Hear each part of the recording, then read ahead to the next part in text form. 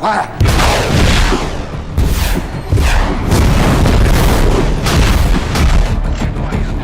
የኢራን የኒኩሌር ጣቢያዎች እየታመሱ ነው ተብሏል። በመካከለኛው ምስራቅ ያለው ውጥረት ከቁጥጥር ውጭ እየሆነ መጥቷል። እስራኤል ከአሜሪካ ቀድማ በኢራን ላይ አስደንጋጭ የተባለ ጥቃት መጀመሯ ተሰምቷል።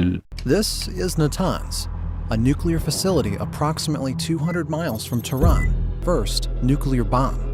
የኢራን ጀነራሎች በበኩላቸው ቴልአቪቭና ኒውዮርክን የእሳት ራት እናደርጋቸዋለን ሲሉ ዓለምን ያስበረገገ መግለጫን ሰጥተዋል። ዓለም ትኩረቷን መካከለኛው ምስራቅን በከበቡት 150 የአሜሪካ የጦር ጄቶችና በፋርስ ባህረ ሰላጤ ላይ በተሰለፉት ግዙፍ የጦር መርከቦች ላይ አድርጋ ባለችበት በዚህ ቅጽበት ከእይታ ውጪ የሆነው የዲጂታል ዓለም ግን አስቀድሞ በእሳት ነዷል።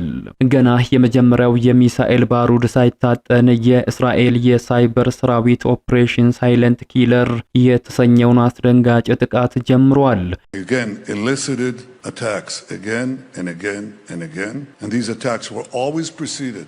የኢራን የኒኩሌር ጣቢያዎችም እየታመሱ ነው ተብሏል።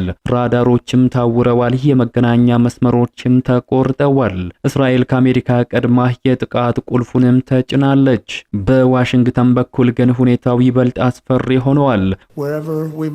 That's why in a breakthrough operation, the United States military ዎል ስትሪት ጆርናል እንደዘገበው አሜሪካ የአያቶላን መንግስት ለዘላቂው ለመገርሰስ ለቀናት የሚዘልቅ የምድር መንቀጥቀጥ ያህል ከባድ የሆነ የአየር ድብደባ ለመጀመር እየተጠባበቀች መሆኗ ተሰምቷል። ፕሬዝዳንት ዶናልድ ትራምፕ ለጥቃቱ ቀን ቆርጫለው በማለት ለአሜሪካ መከላከያ ጦር የማይታጠፍ ትዕዛዝን አስተላልፈዋል። ኢራን ግን እጅ ለመስጠት አልተዘጋጀችም። የቴህራን ጀነራሎች ዓለምን ያንቀጠቀጠ የሞት ዛቻን ሰንዝረዋል። ቴልአቪቭና ኒውዮርክን የእሳት ራት እናደርጋቸዋለን፣ አሜሪካን በገዛ ምድሯ ላይ እንቀብራታለን የሚሉት አያቶላዎቹ ከሩሲያና ቻይና የሚጎርፉላቸውን እጅግ ዘመናዊ የጦር መሳሪያዎችን በድብቅ እያሰለፉ ነው ተብሏል። ዓለምን በማይጠፋ እሳት ላይ ለመጣድ የተቃረበው ጦርነት ሊቀሰቀስ የሚችል ቁልፍ ላይ ጣቶች አርፈዋል። በአንድ በኩል ሶስተኛ ዙር ድርድር፣ በሌላ በኩል ደግሞ የሰው ልጅ ታሪክ አይቶት የማያውቀው መጠነ ሰፊ የሳይበርና የአየር ጦርነት ተደግሷል። እስራኤል ከአሜሪካ ቀድማ የጀመረችው ይህ አስደንጋጭ የተባለው ጥቃት መዘዙ ምን ይሆናል? አሜሪካና እስራኤል የኢራንን የኒኩሌር ህልም በአንድ ጀንበር ያመክኑት ይሆን ወይስ ኒውዮርክ በእርግጥም የኢራን ሚሳኤሎች ኢላማ ትሆናለች? በዛሬው ሰፊ ዘገባችን ከመጋረጃ በስተጀርባ ያለውን ምስጢራዊ ጦርነትና ታይቶ የማይታወቀውን ወታደራዊ ፍጥጫን በዝርዝር እንመለከታለን። እስከ መጨረሻው ተከታትላችሁ ሐሳብ አስተያየቶቻችሁን ትገልጹ ዘንድ ግብዣችን ነው። እንደ ሁሉ ጊዜው ቪዲዮ ላይክ እና ሼር በማድረግ ጀምሩት። አዲስ የሆናችሁ ደግሞ ሰብስክራይብ በማድረግ ተአማኒና ወቅታዊ ዓለም አቀፋዊ መረጃዎችን ያገኙ። አሁን ወደ ዝርዝሩ እንሻገራለን። ዓለም ዛሬ ወደ ቆመችበት የገደል አፋፍ ከመድረሷ በፊት ላለፉት 10 ዓመታት የዘለቀው የአሜሪካና የኢራን የፖለቲካ ውጥረት በዲፕሎማሲው ጠረጴዛ ላይ እልባት ያገኘ መስሎ ነበር። እንደ አውሮፓውያኑ የዘመን አቆጣጠር በ2015 የተደረሰው ታሪካዊው የኒኩሌር ስምምነት ለጥቂት ዓመታት ሰላምን አምጥቶ ቢቆይም ፕሬዝዳንት ዶናልድ ትራምፕ ይህ በታሪክ ካየዋቸው ስምምነቶች ሁሉ የከፋ ነው በማለት ከስምምነቱ መውጣታቸው የዛሬው ታላቁ ፍንዳታ የመጀመሪያው ክብሪት ሆኖ ተመዝግቧል። ከቅርብ ወራት ወዲህ ደግሞ ዓለም አቀፉ ማህበረሰብ ጦርነቱን ለመቀልበስ የመጨረሻ ጥረቶችን ሲያደርጉ ቆይተዋል። በኦማን ሱልጣኔት በረሃማ ምድር ውስጥ በምስጢር የተጀመረው የመጀመሪያው ዙር ድርድር የአሜሪካና የኢራን ባለስልጣናት ፊት ለፊት እንኳን ሳይተያዩ በተዘዋዋሪ መንገድ መልእክት እንዲለዋወጡ አስገድዷቸው ነበር። ይሁን እንጂ በኦማን የተጀመረው የሰላም ጭላንጭል በጄኔቫ ሁለተኛ ዙር ድርድር ላይ በጭጋግ ተሸፍኗል። ጄኔቫ ላይ በነበረው ውይይት አሜሪካ ኢራን ዩራኒየም የማበልጸግ ስራዋን በአስቸኳይ ካላቆመች ማዕቀቡ አይነሳም የሚል ጠንካራ አቋም ስትይዝ፣ ቴህራን በበኩሉ ሉዓላዊነትን ለድርድር አላቀርብም በማለት የንግግር መድረኩን በንዴት ረግጠው ወጥተዋል። እነዚህ ሁለቱ የከሸፉ ድርድሮች ናቸው ዛሬ በመካከለኛው ምስራቅ ለሚታዩት የጦር ጄቶችና የጦር መርከቦች የኢራንን ድንበር እንዲከቡ ያስገደደው። አሁን ደግሞ ዓለም ትኩረቷን ለሶስተኛ ዙር ቀጠሮ በተያዘለት የመጨረሻው የሰላም አማራጭ ላይ አድርጋለች። ነገር ግን ይህ ድርድር ከመጀመሩ በፊት የወጣው የዎል ስትሪት ጆርናል ዘገባ የሰላሙን ተስፋ አመድ አድርጎታል። ከውስን የአየር ጥቃት እስከ የአያቶላን መንግስት ለውጥ ለማምጣት ለቀናት የሚዘልቅ መጠነ ሰፊ የአየር ዘመቻን የሚያካትተው የአሜሪካ የጦር ዕቅድ ድርድሩን ወደ ማስፈራሪያነት ቀይሮታል። ፕሬዝዳንት ዶናልድ ትራምፕ ኢራን በአስቸኳይ ወደ ስምምነት ካለመጣች ለወታደራዊ ጥቃቱ ቀን ቆርጫለው ማለታቸው ለሶስተኛው ዙር ድርድር የተያዘው ቀጠሮ የሰላም መድረክ ሳይሆን የጦርነት ማስጠንቀቂያና ማስፈራሪያ መሆኑን አመላክቷል ይላሉ በርካታ የፖለቲካ ተንታኞች። እስራኤል ግን ለዚህ የዲፕሎማሲ ጨዋታ ትዕግስት ያጣችም ይመስላል። በኢየሩሳሌም እይታ አሜሪካ የምታደርገው ድርድር ለኢራን የኒኩሌር ቦምብ ለመስራት ተጨማሪ ጊዜ ከመስጠት ውጪ ፋይዳ የለውም የሚል አቋምን እያንጸባረቀች ትገኛለች። እስራኤል አሜሪካ ብትዘገይም እኛ አንዘገይም በሚል መርህ የዲፕሎማሲው ጭስ ሳይበን አስደንጋጭ ጥቃት በሳይበር ዓለም ጀምራለች ነው የተባለው። ዲፕሎማሲው የመጨረሻውን ትንፋሽ እየተነፈሰ ባለበት በዚህ ወቅት ከኦማን እስከ ጄኔቫ ከዎል ስትሪት ጆርናል ዘገባ እስከ ትራምፕ የመጨረሻ ትዕዛዝ ሁሉም መንገዶች የሚያመሩት ወደ አንድ ቦታ ነው። የሶስተኛው ዙር ድርድር ሰላሙን ያመጣል ወይስ የጦርነት መጀመሪያ ባሩድ ይሆናል? መልሱን ለማግኘት ጥቂት ቀናቶች ብቻ ቀርተውታል። በአሜሪካና ኢራን መካከል የተከሰተው ፍጥጫ የአንድ ሰሞን ፖለቲካዊ ንፋስ ሳይሆን የ10 ዓመታት ልህ የቴክኖሎጂ ሽቅድድምና የሀያላን ሀገራት የህልውና ትግል ውጤት ነው። በመካከለኛው ምስራቅ ሰማይ ላይ የሚታዩት እነዚህ ከ150 በላይ የአሜሪካና የእስራኤል የጦር ተዋጊ ጄቶች ለትርኢት የመጡ አይደሉም። ትዕዛዝ እየተጠባበቁ ያሉ የጥፋት መሳሪያዎች ናቸው። ትልቁ ጥያቄ የሚነሳው ግን ለምን ጥቃቱ አሁን ሆነ የሚለው ነው። መልሱ ያለው በኢራን የኒኩሌር ማዕከላት ጥልቀት ውስጥ ነው። የዓለም አቀፉ የአቶሚክ ኤነርጂ ኤጀንሲ ሪፖርቶች እንደሚያመላክቱት ኢራን ዩራኒየምን ከ60 በመቶ እስከ 80 በመቶ የማበልጸግ ደረጃ ላይ ደርሳለች። ይህ ማለት ምን ማለት ነው? ለኒኩሌር ቦምብ የሚያስፈልገው ዩራኒየም 90 በመቶ መድረሱን ያመላክታል።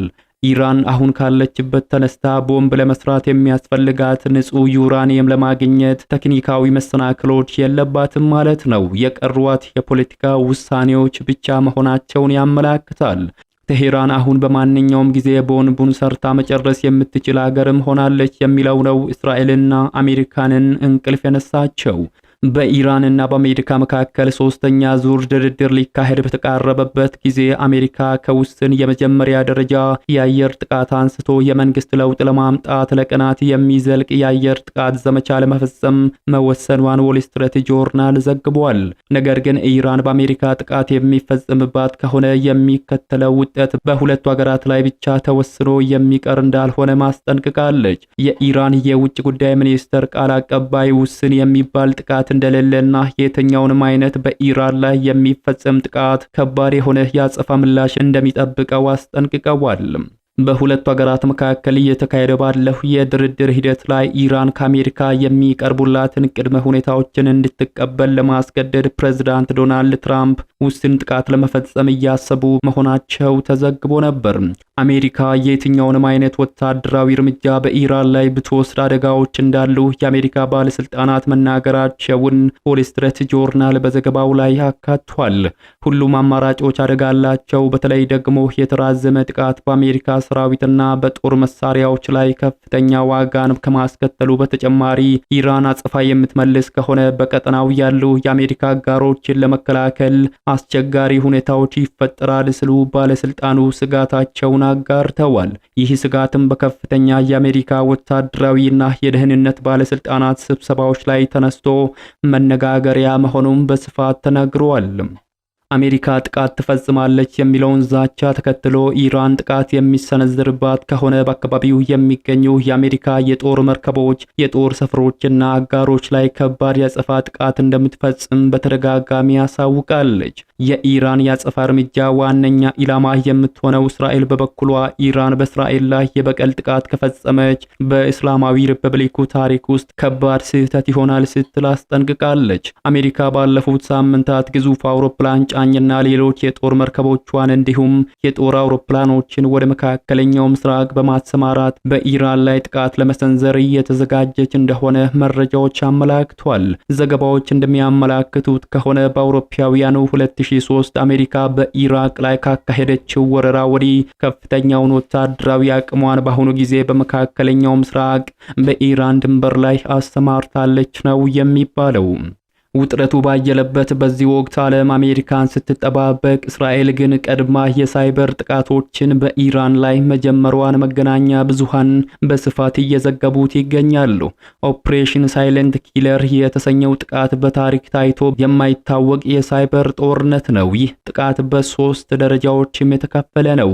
የመጀመሪያው የኢራንን የኒኩሌር ማዕከላት የመቆጣጠሪያ ሲስተሞችን በቫይረስ መምታት ሲሆን፣ ሁለተኛው የኢራንን የአየር መከላከያ ራዳሮችን በማዘበራረቅ ባዶ ሰማይ ብቻ እንዲያሳዩ የሚያደርግ ኢላማ ነው። ሶስተኛው ደግሞ የኢራን የኤሌክትሪክና የውሃ መሰረተ ልማቶችን ሽባ በማድረግ ህዝባዊ አመጽ እንዲቀጣጠል ያለመ የጥቃት ግንባር ነው ተብሏል። ለዚህም ከዚህ ቀደም እስራኤል ተደጋጋሚ የሳይበር ጥቃቶችን ኢራን ላይ ስትፈጽም እንደቆየችም ዘገባዎች ያመላክታሉ። እስራኤል አሜሪካ ኢራንን ካልመታች እኛ ብቻችንን እንመታታለን ስትል የነበረውን ዛቻ አሁን በተግባር እያሳየችም ትገኛለች። የኢራን መሪዎች በበኩላቸው የእስራኤልና የአሜሪካንን ውሳኔዎች በዝምታ አልተመለከቱም። የኢራን ጀነራሎች ለትራምፕ የላኩት መልእክት የፍራቻ ሳይሆን የዛቻ ነበር። አንዲት የአሜሪካ ሚሳኤል ቴህራን ላይ ካረፈች ኒውዮርክንና ቴልአቪቭን የእሳት ራት እናደርጋቸዋለን ብለዋል። ኢራን ዛሬ በሺዎች የሚቆጠሩ የተለያዩ ርቀት የሚጓዙ ሚሳኤሎች ባለቤት ናት። ቴህራን ከፍተኛ ጥቃት ቢሰነዘርብኝ የሆርሙዝን የባህር ሰርጥን እዘጋለሁ ስትል ዝታለች። ይህ ማለት ደግሞ መላው ዓለም በነዳጅ እጥረት ይቆማል፣ የዓለም ኢኮኖሚ በሰዓታት ውስጥ ይፈርሳል ማለት ነው። በሌላ በኩል ቻይናና ሩሲያ ከፍተኛ ቁጥር ያለው ጦር መሳሪያ ለኢራን እየደገፉ መሆናቸውን ሮይተርስ የዜና ወኪል ዘግቧል።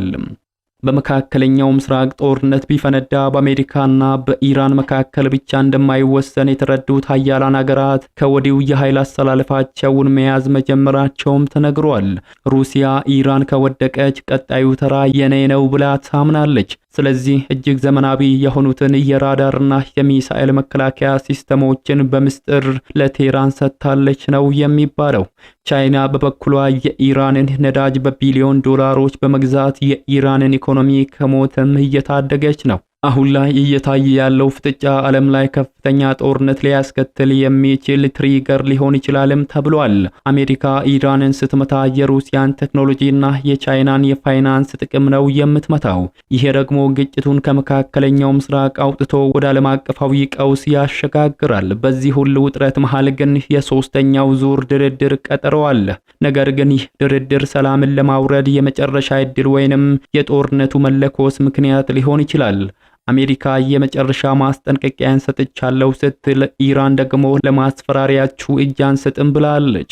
የመካከለኛው ምስራቅ ሰማይ ከ150 በላይ የጦር ጄቶች ተሞልቷል። ከታች ደግሞ የኢራን ሚሳኤሎች አንገታቸውን ቀና አድርገዋል። መላው ዓለም ትንፋሹን ውጦ የሚጠብቀው የሁለቱን ሀገራት መጨረሻ ነው።